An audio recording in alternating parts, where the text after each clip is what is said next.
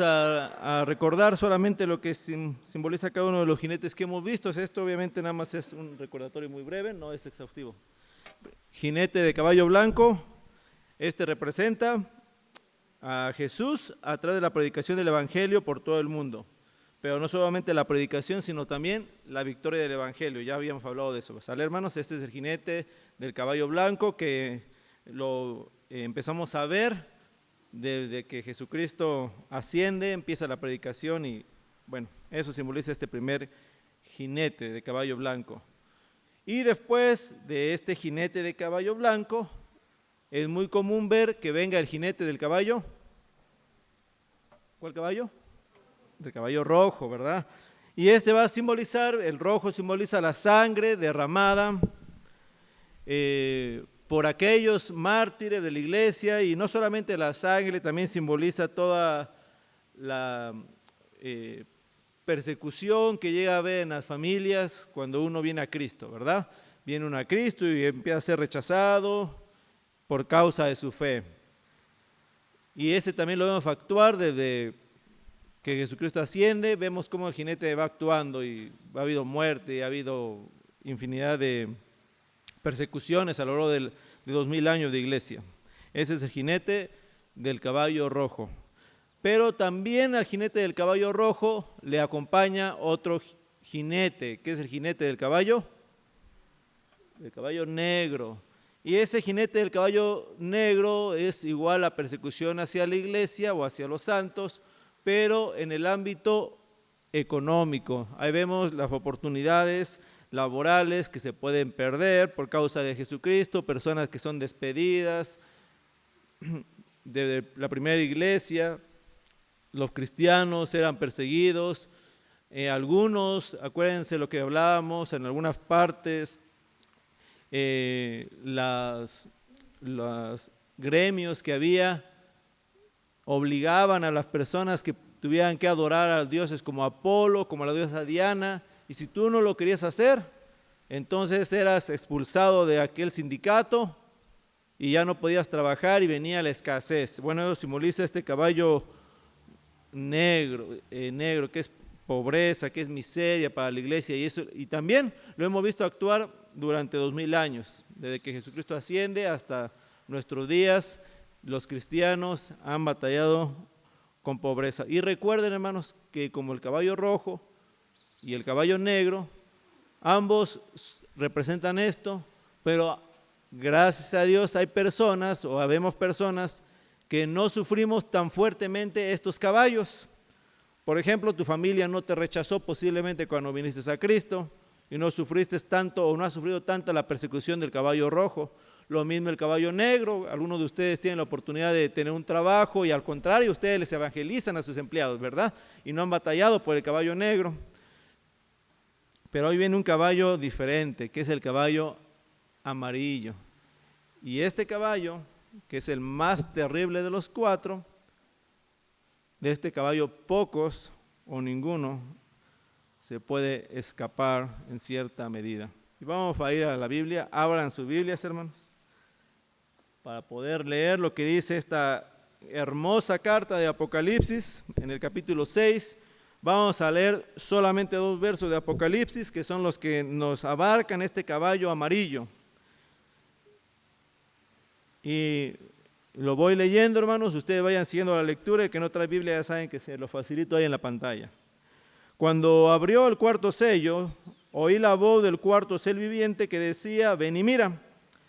Versículo 8, miré y aquí un caballo amarillo, y el que lo montaba tenía por nombre Muerte, y el Hades le seguía, y le fue dada potestad sobre la cuarta parte de la tierra para matar con espada, con hambre, con mortandad y con fieras de la tierra. Y bueno, aquí vemos este caballo amarillo que viene montado, dice que por la muerte, y el Hades le sigue.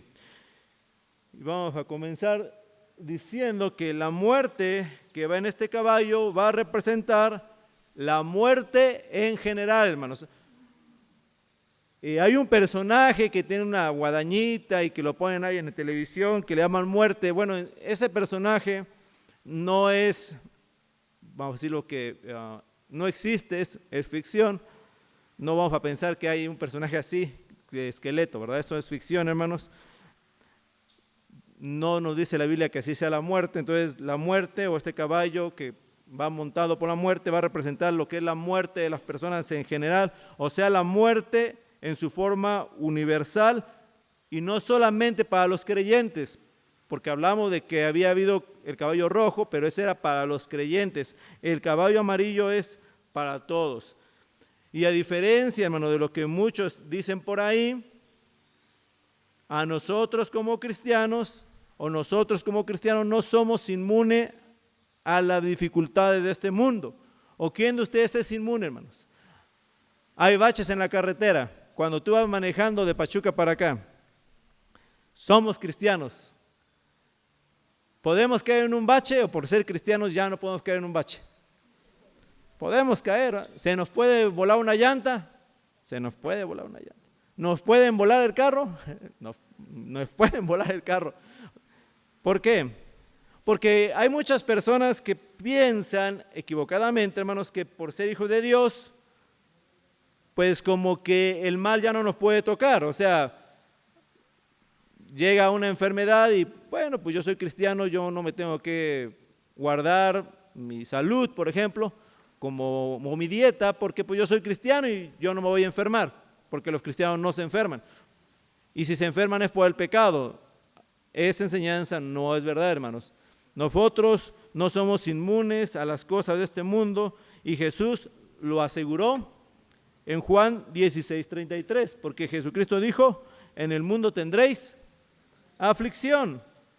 Cuando una persona se convierte a Cristo, no desaparece y va al cielo en ese momento, o no muere al instante, sigue formando parte de este mundo que está caído, que está lleno de maldad, y hemos escuchado testimonio de personas o hermanos que han sido detenidos por criminales, otros han sido tal vez asaltados por criminales, otros tal vez han sido hasta agredidos. ¿Por qué? Porque estamos en este mundo.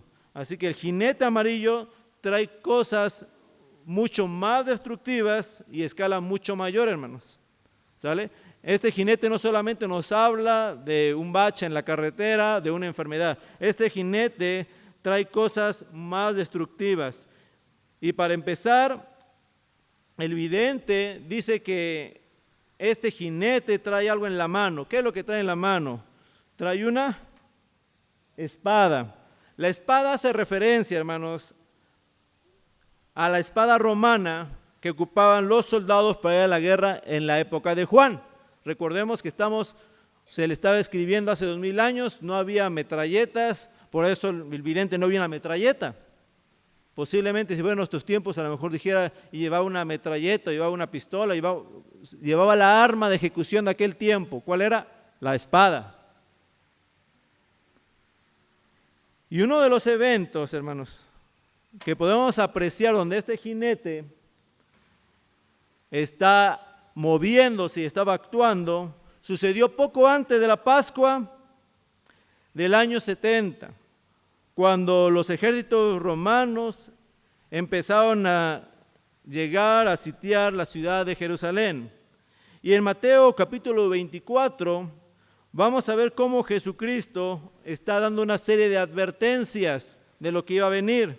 Recordemos que al principio del capítulo le preguntan, bueno, Jesucristo hace una declaración y la declaración es: ¿veis todo esto? De cierto digo que no quedará piedra sobre piedra que no sea removida. Estaba refiriéndose al templo de Jerusalén, a la ciudad santa.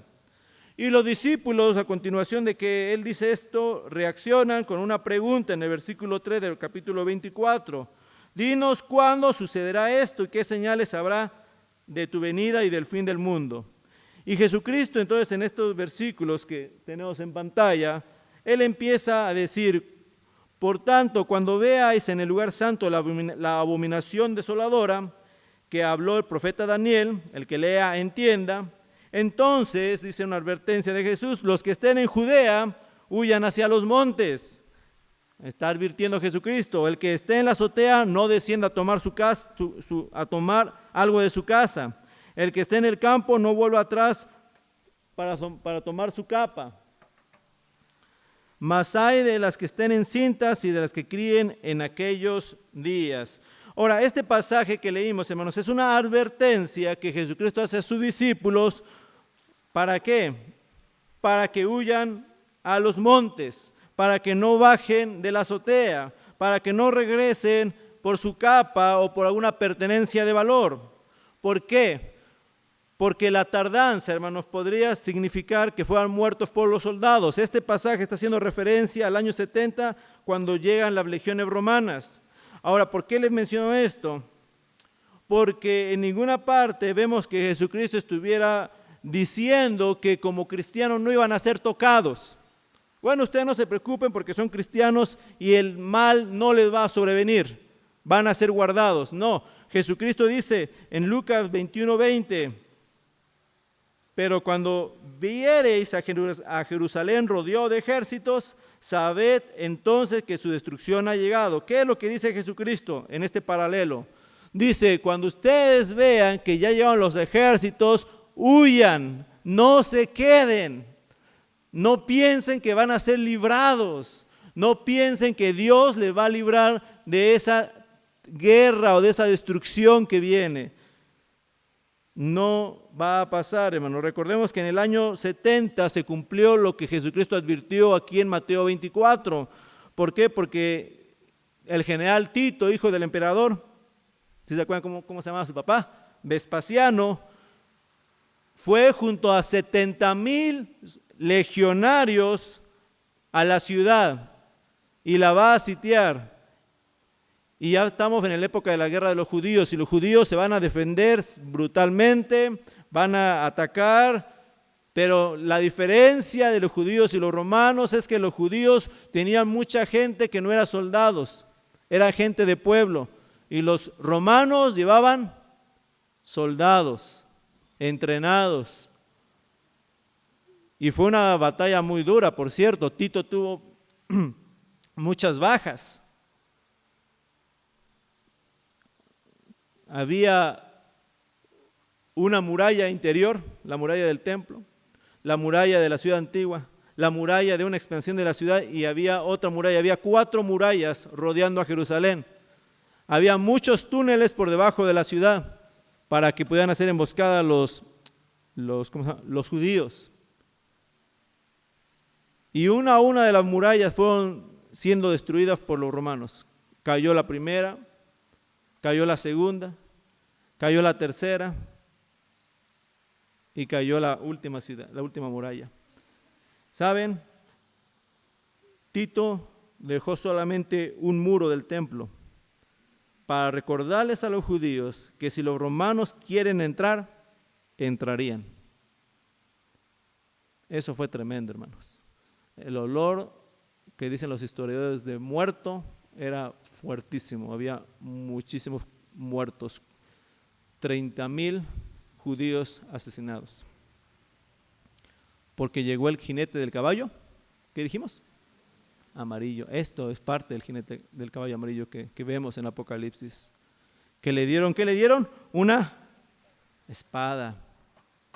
El jinete del caballo amarillo representa la muerte general, no solo a los creyentes, sino también a los impíos. La buena noticia es que la muerte y el Hades no pueden hacer lo que quieran, hermanos. Actúa bajo permiso divino, porque el texto claramente dice que les fue dada potestad. Quiere decir que Dios les dio o les da la potestad a este jinete. Este jinete no hace lo que quiere. Y hermanos, solamente le dio potestad sobre la 1/4 parte de la tierra. Quiere decir que fue una área limitada. No pueden matar o hacer lo que quieran. Por eso es que el mundo no se ha acabado en guerras, hermanos. Por eso es que el mundo no se ha acabado en otras situaciones que voy a mencionar más adelante. ¿Por qué? Porque este caballo, Dios le dio potestad solamente sobre ¿cuánto de la tierra? Sobre la 1/4 parte, porque Dios reina. ¿Quién reina, hermanos? Dios reina. Entonces nosotros cuando vemos este jinete, ciertamente sí es terrible, porque da temor ver a aquel jinete con una espada. Debemos de saber que el jinete no puede hacer lo que quiera, porque solamente tiene potestad sobre la cuarta parte de la tierra. Ahora, ese territorio de acción sí es muy grande, no estamos diciendo que sea poco, pero tiene límites y eso es bueno. El jinete del caballo amarillo también representa las guerras en general, no solamente aquella primera guerra que mencioné de los romanos contra Jerusalén, contra los judíos, sino todas las guerras que ha habido en la historia, hermanos. Toda la guerra, la primera guerra mundial, la guerra de Napoleón, la segunda guerra mundial y todas las guerras que vayan a venir son representadas por este jinete de caballo amarillo. Ahora, estas guerras afectan directa o indirectamente al pueblo de Dios. Recordemos que el jinete del caballo blanco ha salido victorioso y en todas partes del mundo hay cristianos. Y cuando se levanta un conflicto armado, hermanos, en cierta ciudad y ahí hay cristianos, es probable que si es bombardeada también mueran nuestros hermanos en ese bombardeo, hermanos. ¿Sí me están siguiendo? Porque este jinete no distingue entre cristianos e inconversos. Si Dios le permite a este jinete atacar o mandar guerra sobre cierto lugar, y todo el que está ahí adentro va a ser afectado. Por su gracia algunos salen, sí, claro, siempre la gracia de Dios es buena. Y hay hermanos que han salido, pero no puedo negar que hay otros que han sido muertos. No puedo negar que en las guerras civiles ha habido mujeres cristianas que han sido abusadas y matadas por ejércitos enemigos. No puedo negar que ha habido niños cristianos que han sido matados, no por ser cristianos, simplemente por estar en medio de una guerra civil o en medio de una guerra. Pero este jinete tiene más armas, hermanos, o tiene más potestades. Ya vimos que tiene una espada, pero también se le dio otra potestad, y es para matar con hambre. Esta tribulación de la hambre suele venir después de las guerras, porque donde hay guerra casi siempre va a preceder el hambre, porque cuando llega la guerra hay escasez de todo. Por ejemplo, en el sitio de Jerusalén, cuando Jerusalén fue destruido en el año 70 y fue sitiado, las personas pasaron hambre y se dice que se comieron sus mascotas. Y hay un caso documentado de canibalismo dentro de la ciudad por el hambre tan fuerte. Cuando se sitia Samaria, hay mucha hambre. Y la Biblia narra que aún unas mujeres se comieron a uno de sus hijos por la desesperación del hambre. Y actualmente, hermanos, podemos ver en muchos lugares que la gente sigue muriendo de hambre. Niños, adultos, mueren por no tener de comer. Y no descartamos que en el futuro esto empeore, que haya más hambre en un futuro, por guerra o por otras causas. Así que vemos a este a este jinete de caballo amarillo que trae la espada con la guerra. Y después de la guerra viene la hambre. Y después de la hambre, ¿qué viene? La mortandad o la peste, hermanos. Durante 2000 años no ha habido una sola pandemia, ha habido muchas, a causa de la guerra y sin causa de la guerra, hermanos. Los que hemos leído la biografía de George Mueller, vamos a recordar que en esa ciudad de Bristol, Inglaterra, hubo un brote de ¿qué? ¿Se acuerdan los que lo hemos leído? De cólera. Y ese brote de cólera dejaba muchísimos muertos. En poquitas horas la gente moría. Hoy en día el cólera pues, no nos espanta por los avances médicos, pero en aquella época la gente moría. Y la biografía del hermano Mueller dice que el que se encargaba de recoger los muertos, porque la gente que tenía un muerto lo sacaba a la calle, pero el que recogía los muertos también se contagió y murió. Así que la calle estaba llena de muertos, apilados. Hermanos, no les voy a mentir, cuando llegó la pandemia del 2020 y empezó el alarmismo, yo llegué a pensar, a lo mejor así va a estar aquí Chicabasco con los muertos, no sé, o sea, yo lo llegué a pensar, no sé si ustedes lo llevan a pensar que va a haber más muertos, porque se hablaba de tanta muerte en la pandemia de 2020. A lo mejor algunos tuvieron miedo de su vida, o de sus abuelitos, o de sus familiares adultos o enfermos. Y yo pregunto, ¿esta pandemia que llegó del 2020 solamente fue para los inconversos? Hubo por ahí unos apóstoles, entre comillas, que salieron en los medios y declararon, cuando empezaba la pandemia a escucharse apenas en China, declaro que la pandemia no va a seguir avanzando y en el nombre de Dios la reprendo y muchas cosas y ya no va a avanzar porque ya la reprendí. Y a los pocos meses esas personas, ¿dónde estaban? La pandemia se expandió por todo el mundo. ¿Por qué? Porque el jinete del caballo amarillo también trae pestes, pandemias. Y si tú estás en el lugar donde hay una pandemia, una peste, aunque seas cristiano, es probable que te puedas contagiar. ¿Dios puede guardar su vida, hermano? Sí, no estamos negando eso. Estamos hablando de términos generales, lo que puede hacer este jinete del caballo amarillo. Pero no solamente se le dio la espada para matar con guerra, no solamente este jinete tiene potestad para matar con hambres, no solamente tiene potestad para matar con pestes o pandemias, también tiene potestad para matar con las fieras de la tierra. Ahora, en el tiempo de Juan era muy real una fiera de la tierra, porque salías aquí a tu patio y podía ser que había un león escondido y te mataba el león. Hoy en día pues no hay leones aquí en esta región, no hay tigres, no hay jaguares, no hay tantos peligros de fieras, pero estas fieras también nos hacen referencia a lo que son los desastres naturales. Tenemos huracanes, hermanos. Y yo pregunto, ¿habrá casas de cristianos que son destruidas por huracanes? ¿O a los cristianos no les pasa nada?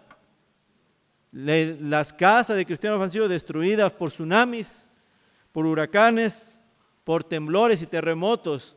Hace algunos años hubo un terremoto que fue un temblor que hubo en Cuernavaca, y el hermano Eder, un servidor, y la hermana Irene, fuimos de parte de la iglesia de Texas a dejar una ayuda a unos hermanos.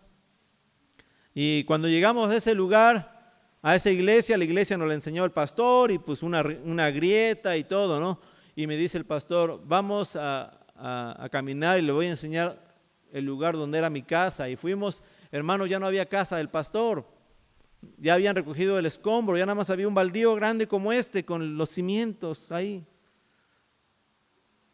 ¿Por qué? Porque cuando llega el jinete del caballo amarillo con las fieras del campo, con todas estas situaciones de huracanes, terremotos, tsunamis, tornados, también toca a los cristianos. También toca a los cristianos. Podemos ver que este es el jinete sin duda más cruel y más terrible, que no distingue niños, que no distingue adultos, que no distingue gente buena o gente mala.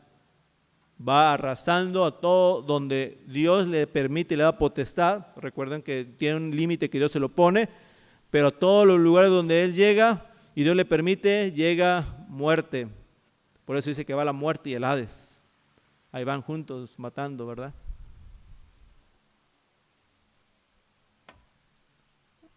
En la pandemia del 2020 perdimos a nuestro querido hermano Miguelito. El Señor se lo llevó.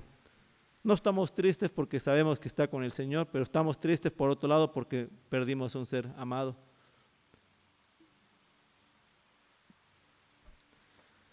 Ahora quiero enfatizar, hermano, la diferencia entre el caballo rojo y el caballo amarillo. El caballo rojo representa la muerte y la destrucción solamente por causa del Evangelio. Y el caballo amarillo va a representar la muerte en general por causa de guerras, hambres, pestes y desastres naturales. Además, estas 4 tribulaciones, la guerra, el hambre, las pestes y los desastres naturales, simbolizan todas las tribulaciones que pueden venir a la vida de las personas. Ahí engloban toda la tribulación en este jinete del caballo amarillo, todo lo que pueda venir. Ahí está englobado en este jinete.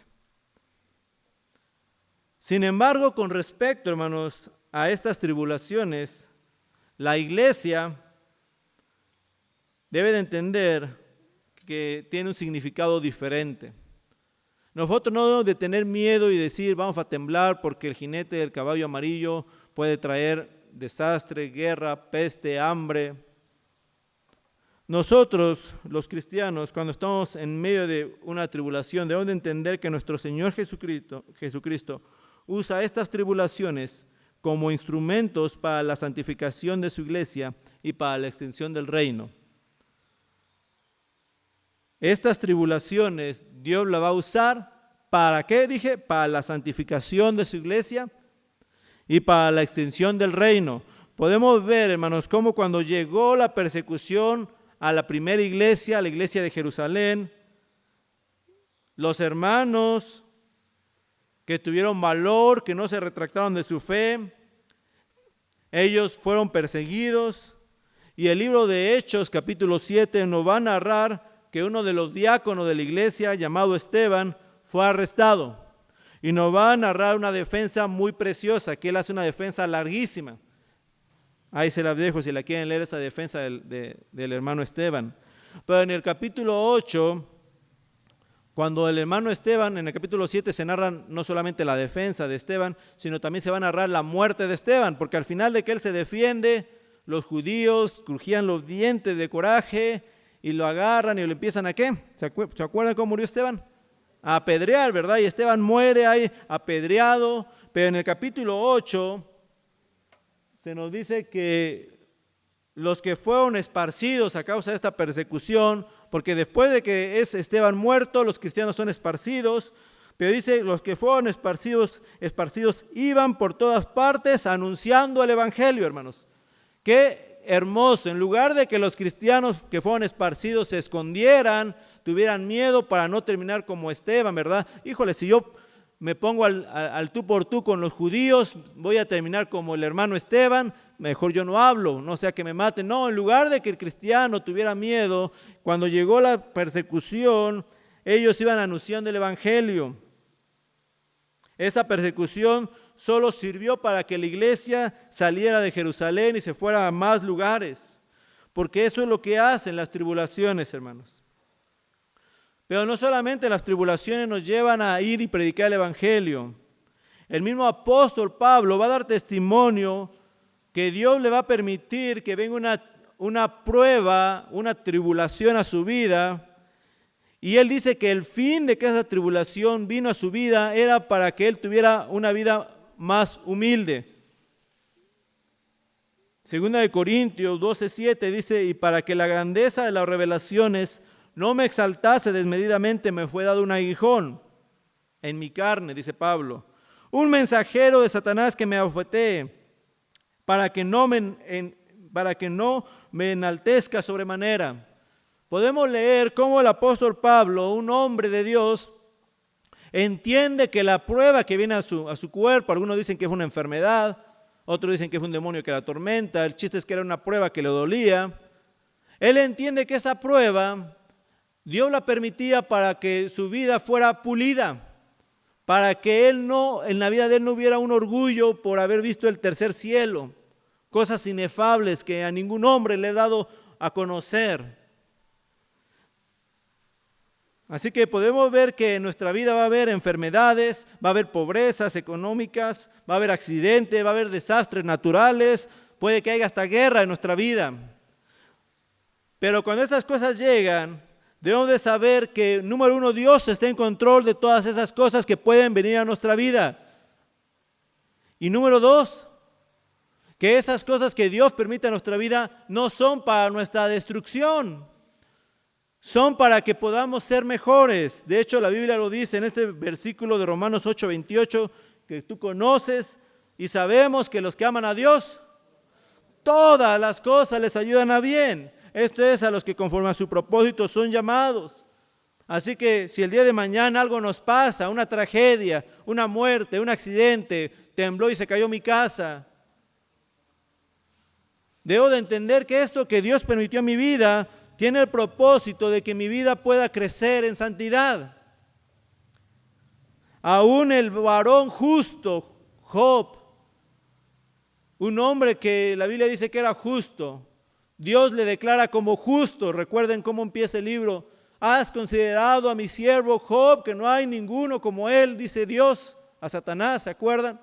Aún ese varón justo fue quebrantado, perdió sus hijos, perdió sus propiedades, su riqueza y al final pierde su salud. Y este varón en el capítulo 42 va a declarar respecto a Dios: de oídas te había oído, mas ahora mis ojos te ven. ¿Por qué dice Job esto? Porque las pruebas que él había vivido habían hecho que su intimidad con Dios todavía fuera más estrecha. Si Job tenía una intimidad estrecha con Dios antes, después de estas pruebas quedó más unido a Dios. Y eso es lo que tiene que hacer, hermano, la prueba cuando viene a tu vida. Y eso es lo que hace la prueba en un verdadero hijo de Dios. En un hijo de Dios que está amando a su Padre. En un hijo de Dios que está alimentándose constantemente de la palabra de Dios. Cuando viene a un hijo de Dios ese tipo de pruebas, se va a mantener firme. Les platiqué la historia del pastor que perdió la casa en Cuernavaca. ¿Saben lo que nunca viene ese hermano? Fue alguna queja. Hermanos, pues yo no sé por qué Dios me castigó. O hermanos, yo no sé por qué Dios es tan malo conmigo. O hermanos, ¿por qué no le pasó a tal persona? El hermano tenía agradecimiento a Dios porque su vida estaba bien y la de su familia. No tenía casa, pero estaba gozoso porque Dios es bueno. Y sabes, hermano, también he visto esto en muchos de ustedes cuando les he visitado en enfermedad. He visto en ustedes que en lugar de tener queja a Dios, tienen agradecimiento y dicen, yo les pregunto cómo estás y ustedes dicen, estoy bendecido, hermano. Estoy bendecido porque Dios me ayudó en la operación. Estoy bendecido porque mi esposa está bien. Estoy bendecido porque mi esposo no fue asaltado. Estoy bendecido porque mi esposa no fue secuestrada, etc. En la vida del creyente hay bendición. A pesar de las pruebas, a pesar de los asaltos, a pesar de las pérdidas materiales y a pesar de la pérdida de un ser querido, un esposo amado, un hijo amado, he visto a creyentes en esos momentos de pérdida alabar a Dios porque Dios se quiso llevar a sus hijos o a su hijo. Y en lugar de que se estén quejando diciendo por qué Dios se llevó a mi hijo que era un joven, alaban a Dios porque dicen porque Dios es bueno, porque Dios sabe por qué lo hizo. Y eso yo lo veo en la vida de ustedes. Y eso debe de permanecer, hermanos, en medio de toda prueba. Y hay una promesa muy preciosa, hermanos. ¿Saben? Estas pruebas o este jinete que ataca la vida del cristiano lo hace solamente por un periodo de tiempo. ¿Por qué? Porque Jesucristo dijo en Juan 14:1, no se turbe vuestro corazón, creéis en Dios, creed también en mí. En la casa de mi Padre muchas moradas hay. Si así no fuera, yo os lo hubiera dicho. Voy pues a preparar lugar para vosotros. Y si me fuere y os prepara el lugar, vendré otra vez y os tomaré a mí mismo, para que donde yo estoy, dijo Jesús, vosotros también estéis. Podemos tener paz en medio de la tribulación, sabiendo que solo es por un periodo corto de tiempo en el cual podemos ser atribulados. Porque cuando nosotros dejamos este mundo, llegamos a la casa de Dios y ahí ya no va a haber tribulación, ahí ya no va a haber dolor, ahí ya no va a haber muerte, ahí ya no va a haber hambre, ahí ya no va a haber tristeza, ahí las primeras cosas habrán pasado, hermanos. Esa es la esperanza del creyente, que aquí en este mundo no es nuestra casa, que aquí vamos solamente como peregrinos, pasando. No nos queremos quedar aquí en este mundo, no sé quién anhele, ¿verdad? Quedarse en este mundo caído, lleno de problemas, enfermedades, pecado y maldad. Anhelamos algo mejor. Anhelamos a lo mejor. Ahora, hermanos, yo sé que no es fácil pasar las pruebas y las tribulaciones, porque es difícil. Pero, hermanos, precisamente esa debilidad es la que nos debe de llevar a conocer a Dios de una manera más íntima. Precisamente esa debilidad en medio de la prueba es la que nos debe de llevar a profundizar más en Dios. Recuerden que van a venir estos 3 caballos a tu vida, pero recuerda también que Dios tiene el control y que nada de lo que venga podrá separarte del amor de Dios. Yo mismo tengo que recordar esto, hermanos. Cuando mi bebé se encuentra enfermo en la madrugada y tiene fiebre, yo tengo que recordar que Dios es bueno y que esas cosas que Dios permite es para que yo le clame a Él. Por eso muchas veces Dios nos permite las pruebas para que clames a Dios, para que no te olvides de Él. Por eso es que Dios nos permite muchas veces las cosas difíciles de la vida, para que no nos olvidemos que Él está ahí presente con nosotros y le podamos clamar. Voy cerrando. Los caballos rojo, negro y amarillo dan miedo, hermanos. Sí dan miedo. Pero ellos van a pasar y en un futuro ya no podrán atormentarnos. Pero Dios nunca nos dejará. Y en un futuro, hermanos, vamos a estar en las moradas celestiales. Y todo lo malo que hayamos vivido aquí en esta tierra va a ser como un sueño. Lo olvidaremos en cierta manera. No nos va a estar atormentado en el cielo. Ay, cuando estaba en la tierra. Nada de eso. Va a ser como si hubiéramos dormido y tenido un sueño. Porque vamos a estar en presencia del mismo Dios. Así que no te canses de hacer el bien, porque dice la Biblia, a tu tiempo segarás si no desmayas. Y mi última exhortación, solamente asegúrate de que llegues a esas moradas celestiales. Solamente asegúrate de eso. Asegúrate de que eres hijo de Dios. Y después de eso, hermano, después de que tú estés seguro de que eres hijo de Dios, vive en paz, sabiendo que nada te puede separar del amor de Dios. Ponte de pie, hermanos. Ponte de pie. Hasta aquí llegan estos 4 caballos. Uno de ellos, la predicación del Evangelio, y 3 de ellos, cosas malas, persecuciones, escasez, guerras, hambres, pestes, desastres naturales. Pero en medio de todos ellos, Cristo reina.